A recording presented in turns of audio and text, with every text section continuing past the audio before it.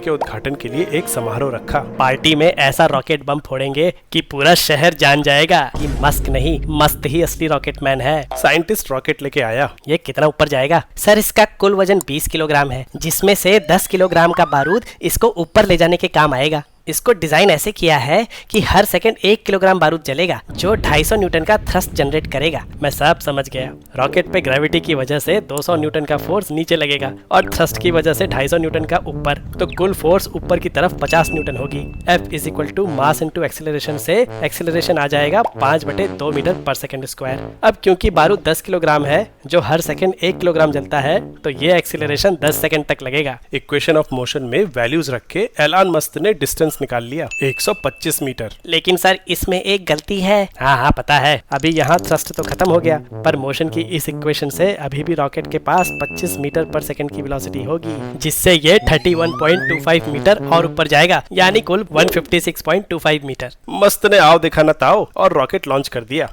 पर ये क्या, रॉकेट तो ऊपर ही जाए जा रहा है। वो इतनी ऊपर चला गया कि उसका धमाका ठीक से दिखा ही नहीं। ये क्या हो गया? ज्यादा बारूद डाल दिया था क्या? अरे सर मैं वही तो बता रहा था। आपने कैलकुलेशन में रॉकेट का मास कांस्टेंट मान लिया, लेकिन बारूद जलने से इसका मास लगातार कम होगा, जिसकी वजह से ग्रेविटेशनल फोर्स कम होगी और ऊपर की तरफ नेट फोर्स बढ़ती रहेगी। इसलिए रॉकेट का एक्सेलरेशन भी लगातार बढ़ता रहेगा। तो क्या यहाँ इक्वेशंस ऑफ मोशन काम नहीं करेंगी? करेंगी सर, लेकिन हर मोमेंट के लिए इक्वेशन में अलग अलग एक्सेलरेशन लिखना होगा। तो इतनी सारी इक्वेशंस कैसे सॉल्व करेंगे? बारूद जलने की वजह से रॉकेट का मास हर सेकंड 1 किलोग्राम से कम होता जाएगा और नीचे लगने वाली ग्रेविटेशनल फोर्स किसी भी टाइम पे रॉकेट का मास गुने जी होगी। थ्रस्ट और ग्रेविटेशनल पुल को माइनस करके जो नेट फोर्स आएगी उसको रॉकेट के मास से डिवाइड कर दे तो रॉकेट के एक्सेलरेशन की इक्वेशन आ जाएगी। गौर करें तो टाइम के साथ डिनोमिनेटर घटेगा और न्यूमरेटर बढ़ेगा, मतलब ऊपर जाते जाते रॉकेट का एक्सेलरेशन बढ़ेगा। इसीलिए रॉकेट ज्यादा ऊपर चला गया। लेकिन एग्जैक्टली कितना ऊपर गया? सर कमर कस लीजिए,